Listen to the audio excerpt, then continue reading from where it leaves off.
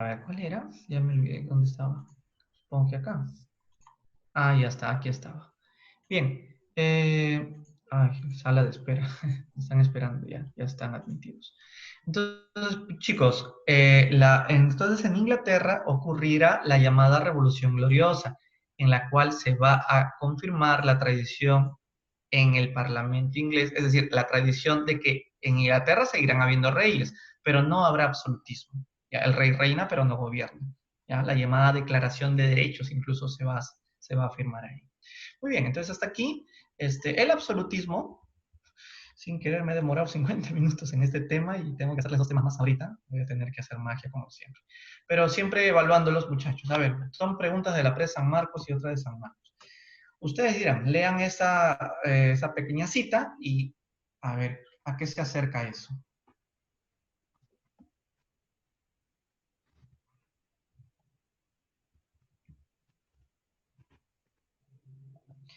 Quien menosprecie a su príncipe soberano, al reino, menosprecia a Dios, porque es la imagen sobre la tierra. Esto lo decía Jean Bodin.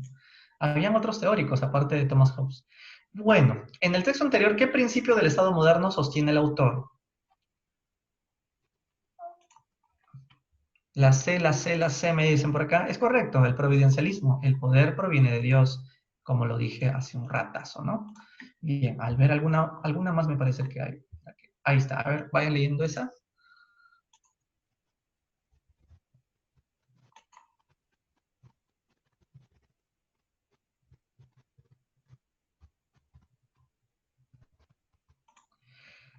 Ujú. Ya, esa pregunta no está tan fácil, pero yo les voy a dar una pista. Hace un rato te dije que la nobleza feudal quedó sometida al poder del rey, pero también te dije que la nobleza feudal en la Edad Media basaba su poder sobre la tierra. Tierra que ya no tiene, tierra que ya no goza. Simplemente estos nobles feudales ya no gozarán de sus antiguos poderes, sino que van a estar subordinados. Muchos de estos nobles feudales se volvieron burgueses, se volvieron comerciantes. Entonces, ¿cuál es la mentalidad que cambia? Ahora, para tener poder, ya no necesito tierras, tengo que tener dinero. Y cuando algunos de estos nobles empezaron a tener mucho dinero, entonces justamente van a comprarse los títulos de nobleza. A ver, creo que en algo, no, creo que no lo expliqué bien en un aspecto, discúlpenme, lo voy a volver a replantear así. Si una persona que trabajaba para un señor feudal, un siervo, digamos, se volvió burgués, ¿ya? Un pobres como tú, como yo, ¿ya? Que nos metemos a hacer negocios en empresas, tenemos dinero. Con ese dinero, mira, antes eras pobre, ahora tienes tu dinero. Con ese dinero vas a poder comprar títulos de nobleza y vas a poder estar gobernando al lado del rey. Obviamente que va a ser una nobleza inferior, pero va a ser nobleza a fin de cuentas. Más o menos esa es la idea. Entonces, ¿qué podrías marcar en esta pregunta? En el siglo XVIII, la naturaleza de la nobleza fue alterada debido al poder del dinero. Claro, o sea, ¿en qué fue alterada? La antigua nobleza antes era feudal, pero debido al dinero, muchos pueden ser nobles comprando el título de noble. Este cambio fue posible y ya creo que salió la clave con toda la ayuda que te daba, la D. Correcto, efectivamente, la clave es la D, la compra de estos títulos nobiliarios por la burguesía. Bien, chicos, ahora nos metemos al segundo tema de Historia Universal de hoy, el siglo XVIII, siglo de la Ilustración. ¿Qué es la Ilustración? Es la época en la que hay un gran cambio radical de pensamiento. Este cambio de pensamiento se basará principalmente en la idea de que todo puede ser razonado, o sea, la razón será el motor que empuje el cambio de la felicidad. Si antes la felicidad te la hacía ser una buena persona, no cometer pecados, complacer a Dios y ganar finalmente el cielo, eso era la felicidad. Eso lo hacía feliz a un ser humano en la Edad Media. En la Edad Moderna, la felicidad la hace el dinero. Pero aparte del dinero, Los ilustrados, que justamente la ilustración fue una creación de la burguesía, eso que quede claro, es la gente de plata los que crean la ilustración, deciden buscar la felicidad. Profesor, pero ellos ya tienen dinero, son felices. ¿Quieren buscar más felicidad que la que ya tienen con el dinero? Sucede que la felicidad se puede lograr a través del desarrollo de la iluminación de tu cerebro, el uso de la razón. Lo que sucede es que los filósofos de la ilustración no les cae el rey. A ver, esto es un poco contradictorio porque hace un rato te dije que ¿quién se había hecho amigo del rey para recuperar su poder? La burguesía. Y justamente como es la vida, ¿no? El que era amigo un día, al día siguiente o más adelante ya no va a ser tu amigo. Terminará cocinándote un serrucho, te va a querer serruchar del poder. ¿Qué es lo que más envidiaba el burgués del rey? ¿Cuál era la mayor envidia que le tenía el burgués al rey? La mayor envidia podríamos decir que era de que el burgués tendrá todo el dinero que quiera, su vida está ya realizada, pero no puede tener poder político. Los únicos que pueden gobernar son los reyes. Entonces lo que quiere la burguesía es el poder. Y para poderle quitar al rey ese poder, ¿qué es lo que va a inventar? El filósofo de la ilustración, debido a que está usando su razón, va a inventar la loca idea de que los reyes deben de morir en la guillotina si no cumplen sus promesas de hacer feliz a sus súbditos. Entonces, si un rey es abusivo, es absolutista, no cumple la ley de Dios de hacer feliz a los súbditos, la lógica es cortarle la cabeza y sacarlo, si es que no se quiere ir.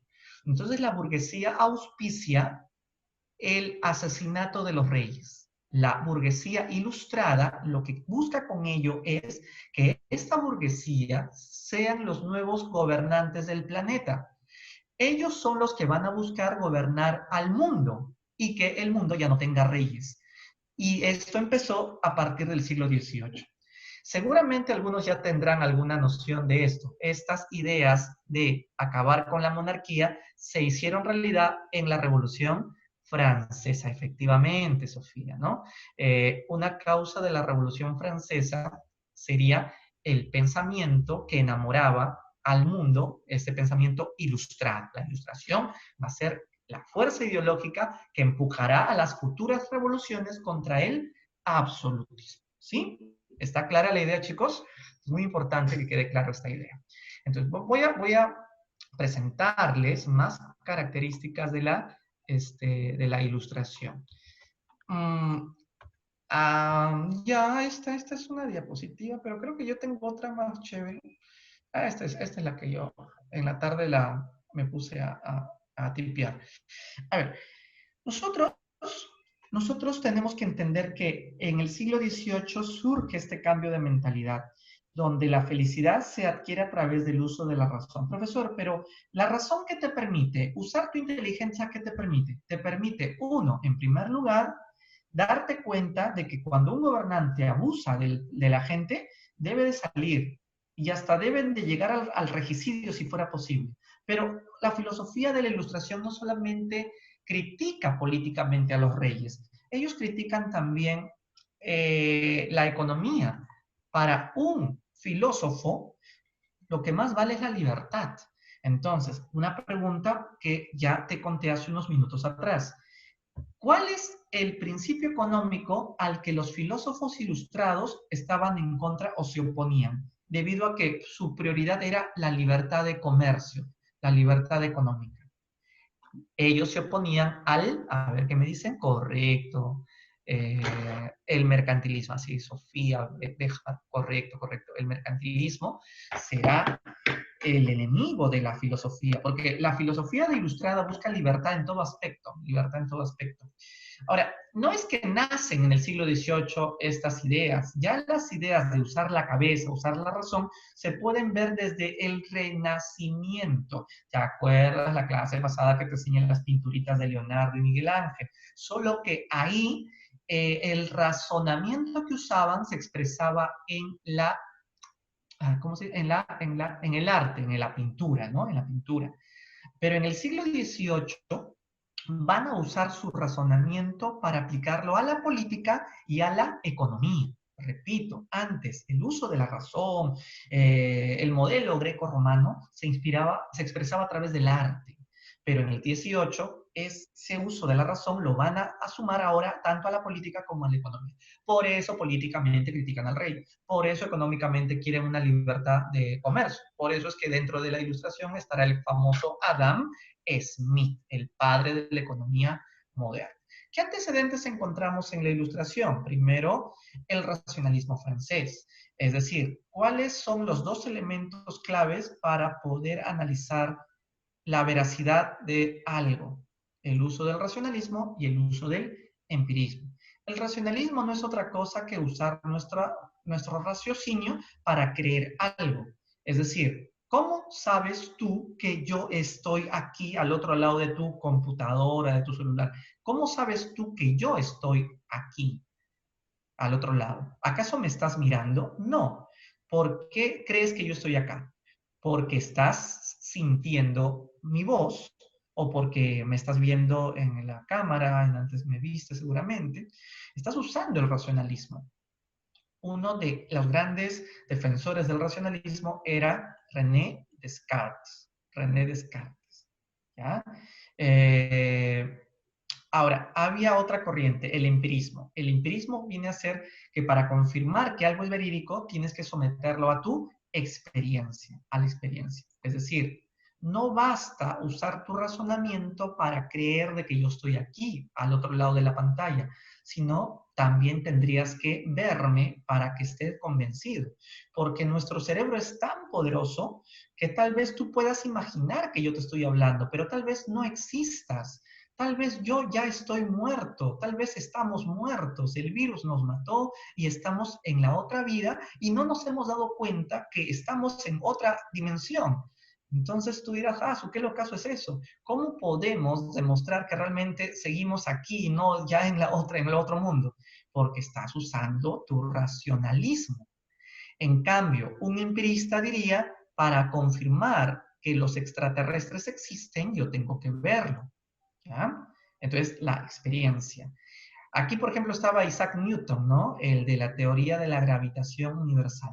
Pero en el aspecto político destaca John Locke, el padre de las nuevas ideas. Una preguntita, ¿por qué el pionero de los filósofos fue inglés? ¿Por qué John Locke, el primer gran pensador de que hay que hablar de libertad, criticar los mandos gobernantes, ¿por qué John Locke es inglés y no francés? ¿Cuál era la ventaja que tenía Inglaterra para que John Locke haya podido dar sus grandes ideas? Ajá, porque no tanto porque Inglaterra era la potencia, era porque donde había más libertad era en Inglaterra, debido a que hace un rato te conté de que Inglaterra tendrá su parlamento y su constitución. Entonces, donde haya más control al rey, el pueblo goza de más libertad, ¿cierto? Y donde hayan monarcas absolutistas, el pueblo gozará de menos libertad, porque no te dejan ni respirar, ¿no? Entonces, John Locke, René Descartes, Adam Smith será después. Vamos a hablar de las características de la ilustración. A ver, los principios. Súper resumiendo. La razón es la base del conocimiento. La razón, ¿cierto? La razón. Con la razón puedes hacer ciencia, el conocimiento. Mira todo lo que nuestro cerebro ha creado. Tecnología, automóviles, internet, el Zoom, sean sinceros, gracias al uso de la razón y la aplicación al conocimiento, ¿se logra o no se logrará la felicidad en el futuro?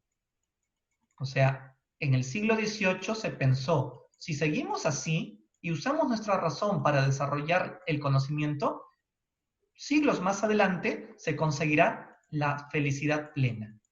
Esta es una pregunta para pensar. ¿Se ha conseguido? Todo hacía pensar que mientras más desarrollemos la ciencia y el conocimiento, más felices seremos porque habrá más tecnología. Pero esto ha quedado desechado porque la tecnología en el siglo XX, ¿para qué lo empleamos? En el siglo XX lo hemos usado para matarnos en las dos guerras mundiales. Entonces, al final, queda desechado eso. Claro, los filósofos no tenían la culpa, ellos cranearon, pensaron que ese era el futuro de la humanidad.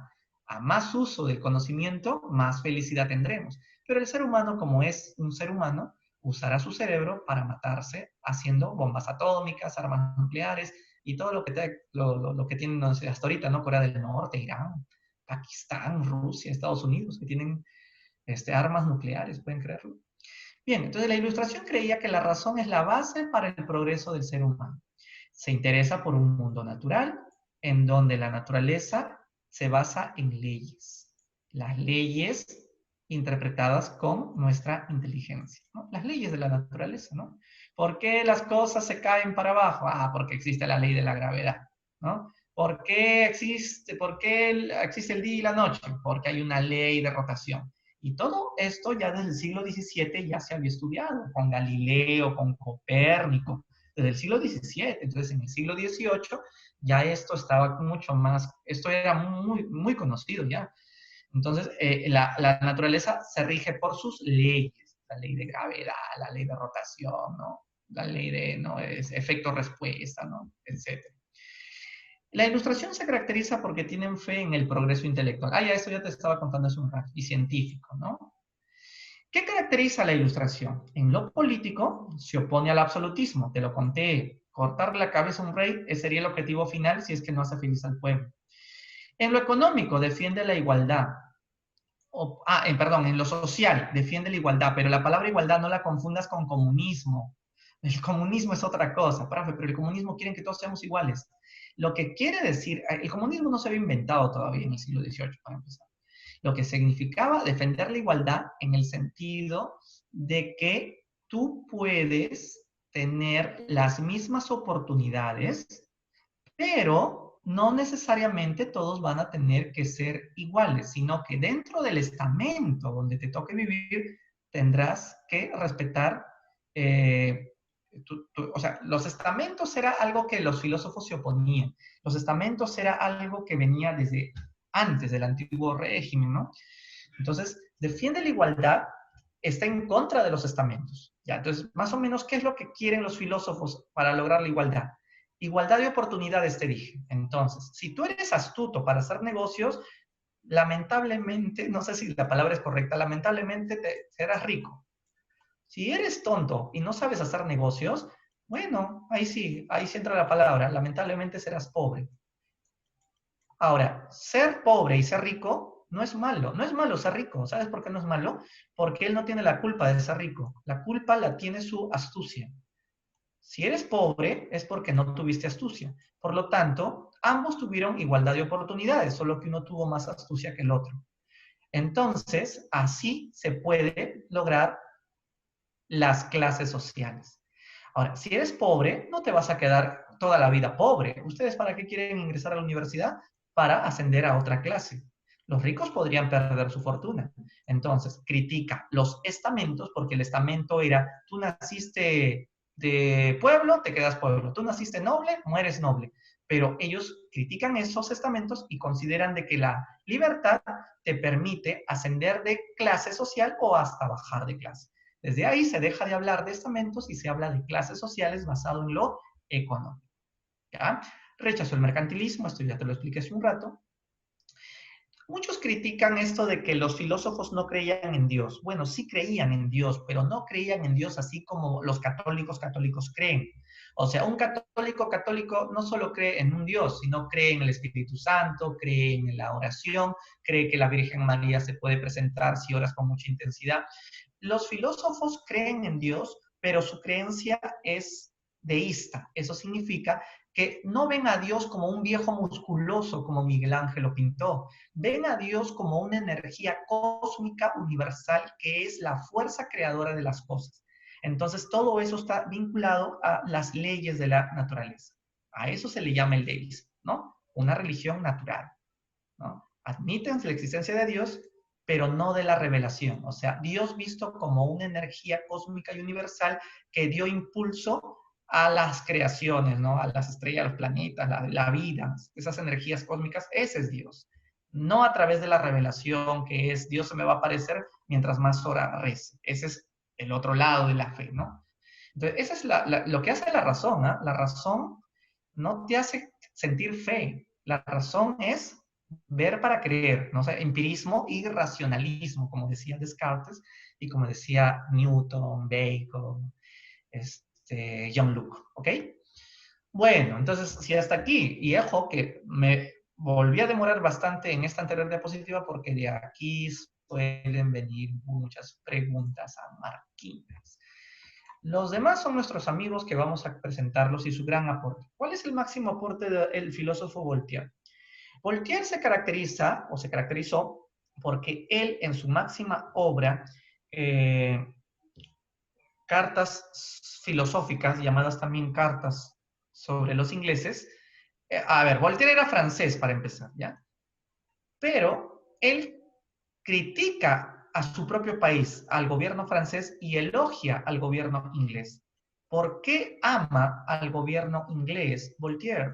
Lo ama porque en Inglaterra el rey no tiene poder, por lo tanto hay más libertad de la gente para opinar, criticar, salir a la calle, libertad de expresión, ¿no? Entonces, por eso Voltaire en su máxima obra, Cartas filosóficas o Cartas sobre los ingleses, elogia el gobierno inglés y critica su propio gobierno francés. Esa es su máxima obra. Sus artículos fueron muy venenosos. Gracias a su pluma radical, muchos que lo leían se fueron a la Revolución Francesa. Por culpa de su lengua tan satírica y afilada, muchos decidieron levantarse en contra del absolutismo, ¿no? Criticaba a Francia y elogiaba a Inglaterra. El gran Rousseau. Rousseau con su máximo libro, El contrato social. Simplemente te resumiré que él decía que el rey no cae del cielo, el rey no lo eligió Dios, el rey es elegido, el rey debería de ser visto como un ser humano común y corriente. Y si ese rey no te hace feliz, el pueblo tiene todo el derecho de sacarlo. Si no se quiere ir, pues tendremos que aplicar el regicidio. Entonces Rousseau apuesta por el asesinato del rey en caso de que no cumpla y abuse de su poder.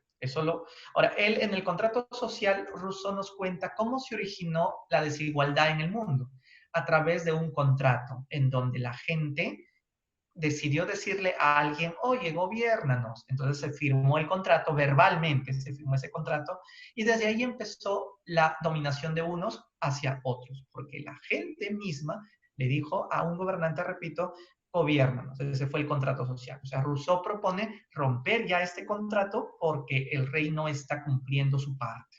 ¿De acuerdo? Tiene otros textos como Emilio, bueno, pero Emilio es un libro más para pedagogía, ¿no? Es el libro más chévere para la educación. No sé si has escuchado hablar algo de Emilio, ¿no? La mejor educación, ¿cuándo se adquiere? Se adquiere en la casa. Eso lo han escuchado, ¿no? En el colegio no. ¿Te acuerdan cuando estaban en el colegio? ¿Tú fuiste al colegio a estudiar acaso? No. En el colegio nadie estudia, por eso terminan yendo a las academias pre, ¿no? Para Rousseau, Rousseau decía, mi educación terminó cuando mi mamá me matriculó al colegio. Porque en la casa Rousseau aprendió los grandes valores, pero en el colegio ya lo malograron, ¿no? Aprendió a mentir, aprendió a decir lisuras, aprendió por primera vez temas de sexualidad con los amigos. Entonces lo que reflexiona Rousseau es que lo que deberíamos de hacer es ser un hombre bueno. Es que el hombre nace bueno, es la sociedad quien lo corrompe. Esa frase bien bacán, ¿no? El hombre nace bueno, pero es la sociedad quien lo malogra. Tú naciste inocente, pero si vives en Comas, en Caraballo, o tus vecinos son pandilleros, yo qué sé, te vas a malograr. Si tus padres tienen problemas de droga, hay separación, vas a terminar mal. Entonces, pero tú naciste bueno, pero es la sociedad quien te vuelve criminal a veces. Por eso el filósofo Lao Tse decía, un criminal que te asalta, ya que en Lima hay mucha inseguridad, los criminales que te asaltan no deberían ir a la cárcel, porque llevar a la cárcel a un criminal es un crimen. Los criminales deberían de ser sometidos a un cambio de mentalidad, porque sea, el criminal es criminal porque tiene un grave problema mental, psicológico y de falta de emociones y sentimientos para que pueda cambiar su vida. La cárcel no lo va a hacer cambiar. Entonces, eso es un poco la filosofía china, ¿ah? Pero ese ya es debatible, por supuesto. Si Voltaire era anticlerical, sí, pero en el sentido que era anticlerical, pero era deísta. Acuérdate que todos los filósofos de la Ilustración son deístas. Ven a Dios como una fuerza creadora, más no como, no como, no como la divinidad al que hay que restar, al que hay que pagar impuestos a la iglesia, hay que respetar al Papa. Eso no. En eso sí están en contra. Por eso la Ilustración fue anticlerical, pero no significa que no creyeran en un Dios cósmico, que es la creación o la energía cósmica del universo. Entonces, ese es Emilio, ¿no? Ya, y el otro es Montesquieu. Montesquieu es el que propone que para que un gobierno sea mejor, debe de haber la división de poderes. Ya saben cuáles son los tres grandes poderes que hace la igualdad: el poder ejecutivo, el poder legislativo y también debe de haber el poder judicial. Solo así se evitará la corrupción del poder. ¿Ok? Muy bien. Ahí está Adam Smith. ¿Alguien sabe cuál es el máximo aporte de Adam Smith? ¿Qué es lo que criticaba Adam Smith? El mercantilismo. Para Adam Smith, ¿quién tiene que manejar la economía? ¿El Estado o la persona? La persona. En libertad lograrás lo que quieras en la vida. Por eso, si tú quieres tener mucho dinero, ¿cuál es el secreto que te aconsejaría Adam Smith? Contrata obreros, explótalos, págales una miseria y gracias a eso tú tendrás mucho dinero. Profesor, pero lo van a explotar y eso es malo. Sí, pero tú tuviste la libertad de ser rico, el otro tuvo la libertad de ser pobre. Yo no pienso como Adam Smith, por si acaso, yo te comparto lo que él decía. Ya te imaginarás, a Adam Smith lo tienen como un dios en su cuarto. ¿Quiénes hoy día? Los grandes empresarios, ¿no? Capitales. Claro, los empresarios lo aman a Adam Smith, es el padre de la economía moderna, porque gracias a la libertad que cada persona tiene y gracias a que el Estado no se mete en tus negocios, tú tienes toda la libertad de hacerte millonario o recontra millonario y el otro tuvo la libertad de fracasar en la vida. Entonces la vida se basará en lo económico y eso va a ser el gran cambio, ¿no?, que da el siglo XVIII con el impulso de la Ilustración. Bien, ahora, una pregunta, y con eso creo que vamos a terminar la Ilustración y ya entramos al último temita de Estados Unidos. Los reyes, ¿qué es lo que a los reyes no les gustaba de estos filósofos ilustrados? ¿Qué es lo que a los reyes no les gustaba para nada de estos filósofos ilustrados? Creo que la idea es obvia, ¿no? Que me corten la cabeza, ¿no? Si yo soy un rey, no me gusta esa idea del regicidio. Pero ¿cuál es la otra idea que sí a los reyes les encantaba de la Ilustración? Lo que sí les gustaba a los reyes es que los filósofos estos decían que para que un país progrese, tiene que haber libertad y a la vez el uso de la razón lleva al progreso científico. Y de esa manera un país progresará y será feliz. Entonces los reyes que van a decir, oh, interesante, a mí me gustaría que mi país sea el campeón en la ciencia, sea el campeón en la educación, sea el campeón en el desarrollo científico. Me gustaría que mi país demuestre superioridad educativa y mental sobre los demás países. Entonces, muchos reyes, ¿cómo respondieron a la Ilustración o a las críticas que los filósofos le daban a los monarcas?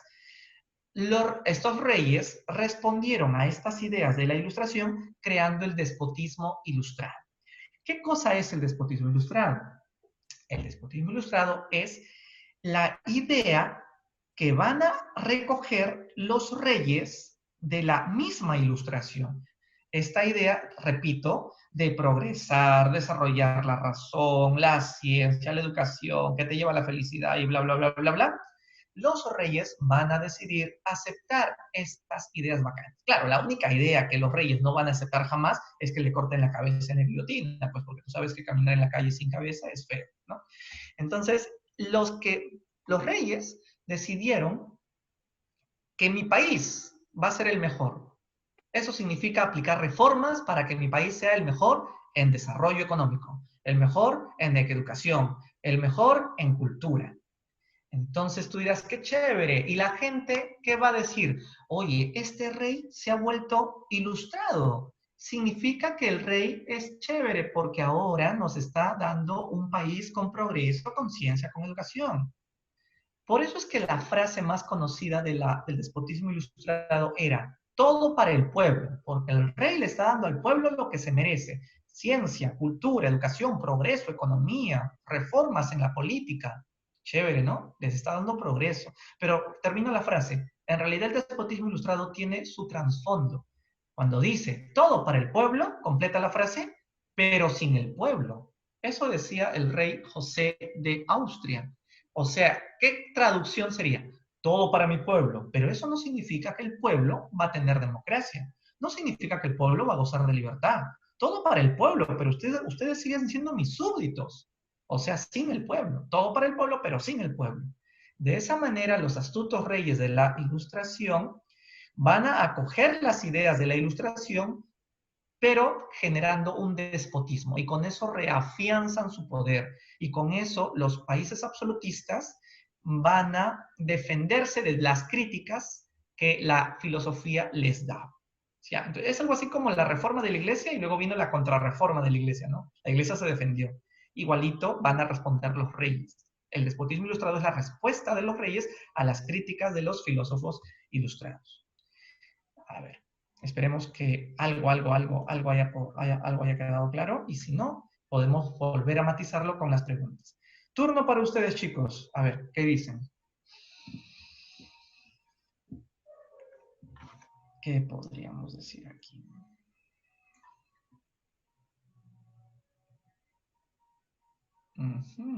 Yo te subrayo las ideas claves.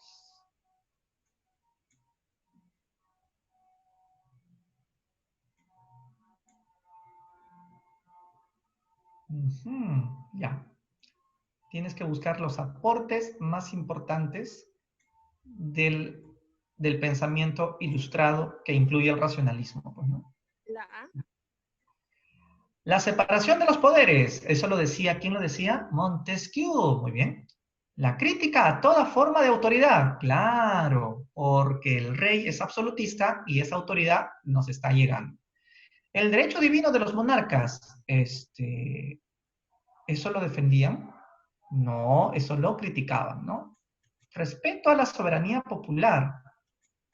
¿Por qué no, profesor, esto? Porque ellos en ningún momento hablan de democracia ni que el pueblo vote. Lo que quieren es que el rey se largue y que los que van a ser los nuevos gobernantes sean los que estén más preparados. Y esos son los burgueses. Por eso cuando en la Revolución Francesa se le corta la cabeza al rey, ¿qué pasó después? Esta burguesía tomó el poder bajo los principios de libertad, igualdad y fraternidad, derechos humanos y todo lo que hasta ahorita el mundo cree. Correcto, la clave es la A. Correcto, no sé quién fue quien me lo dijo, pero está bien. A ver, una más. Justo el despotismo ilustrado. ¿Qué buscaba realmente estos reyes déspotas ilustrados?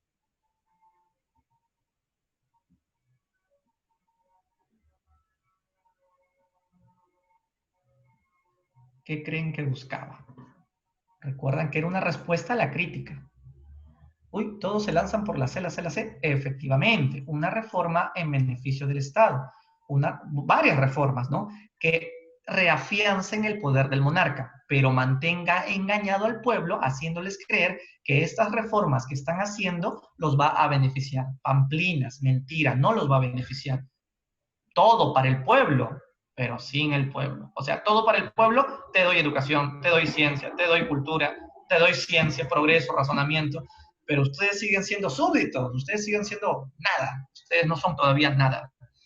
Entonces, esa es la frase del despotismo ilustrado. Muy bien, a ver, voy a usar 5 minutos de mi clase porque ya es la hora de entrar a Perú para hablar de ese temita. Yo no había pensado enseñarles la independencia de Estados Unidos, pero debido a que últimamente está viniendo preguntas de San Marcos, incluso en el último examen del año pasado, este año no hubo examen, del año pasado, de septiembre, ha venido también. Está viniendo, curiosamente, está viniendo muy frecuente Estados Unidos.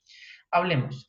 Ustedes saben que todo empezó con las llamadas 13 colonias. De dónde se originaron las 13 colonias? Ellos vinieron de Inglaterra, ¿ya? Ellos eran los famosos puritanos. Ser puritano es ser una variante del protestantismo inglés. O sea, los anglicanos odiaban a los que pensaban diferente a ellos. Los que pensaban diferente al anglicanismo no solamente eran los católicos, sino también los puritanos, los coaqueros, ¿no?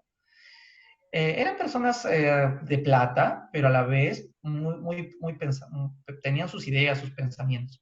Ellos fueron los que un día escaparon de Inglaterra, para ser exactos, escaparon en el siglo XVII de Inglaterra, perseguidos, repito, por sus ideas religiosas, eran puritanos.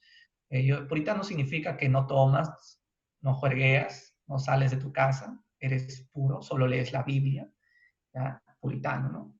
Entonces, ellos, como eran perseguidos por los anglicanos, tuvieron que escaparse en el barco Mayflower, y así se originan las llamadas 13 colonias.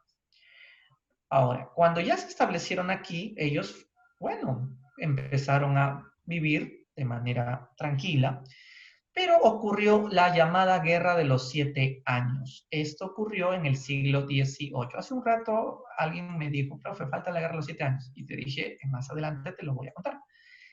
Así como hubo la Guerra de los 100 años en la Edad Media, hubo la Guerra de los 30 años, hace un rato te mencioné esta guerra en la Edad Moderna, en la Edad Moderna también tuvimos la Guerra de los 7 años.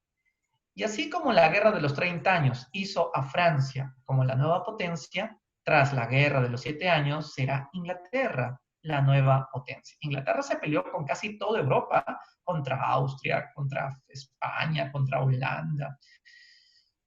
Inglaterra ganó la guerra y se consagra como la nueva potencia a mediados del siglo XVIII. Pero más que contarte detalles de la Guerra de los 7 años, lo que quiero contarte es que esta guerra, si bien es cierto la ganó Inglaterra, la había dejado pobre, porque una guerra no es gratis, que gasta mucho dinero. Entonces, tras la Guerra de los 7 años, los ingleses, ¿qué dijeron? ¿De dónde sacamos dinero? Estamos en crisis. Debido a haber ganado la guerra, nos hemos gastado los ahorros. Pues ya sé, le vamos a cobrar más impuestos a las 13 colonias. ¿What? ¿Cómo? Las 13 colonias viven en otro continente, viven en América.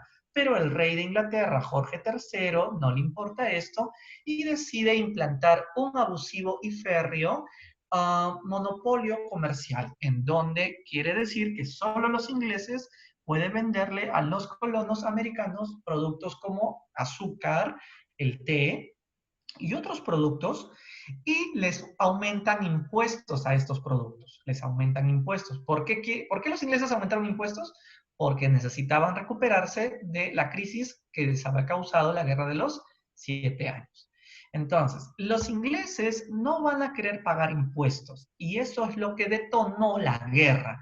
Profesor, o sea, no es como en Perú, ¿no? Nosotros nos liberamos de España por el látigo, por la esclavitud, por las violaciones, por la guerra, por la peste, por la muerte.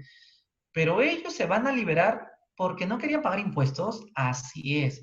Incluso hubo un impuesto al té que los colonos se pusieron muy férreos. No vamos a pagar impuesto al té. Pero, pero sí, o sea, ¿qué consecuencia traería que le aumenten impuesto a un tecito?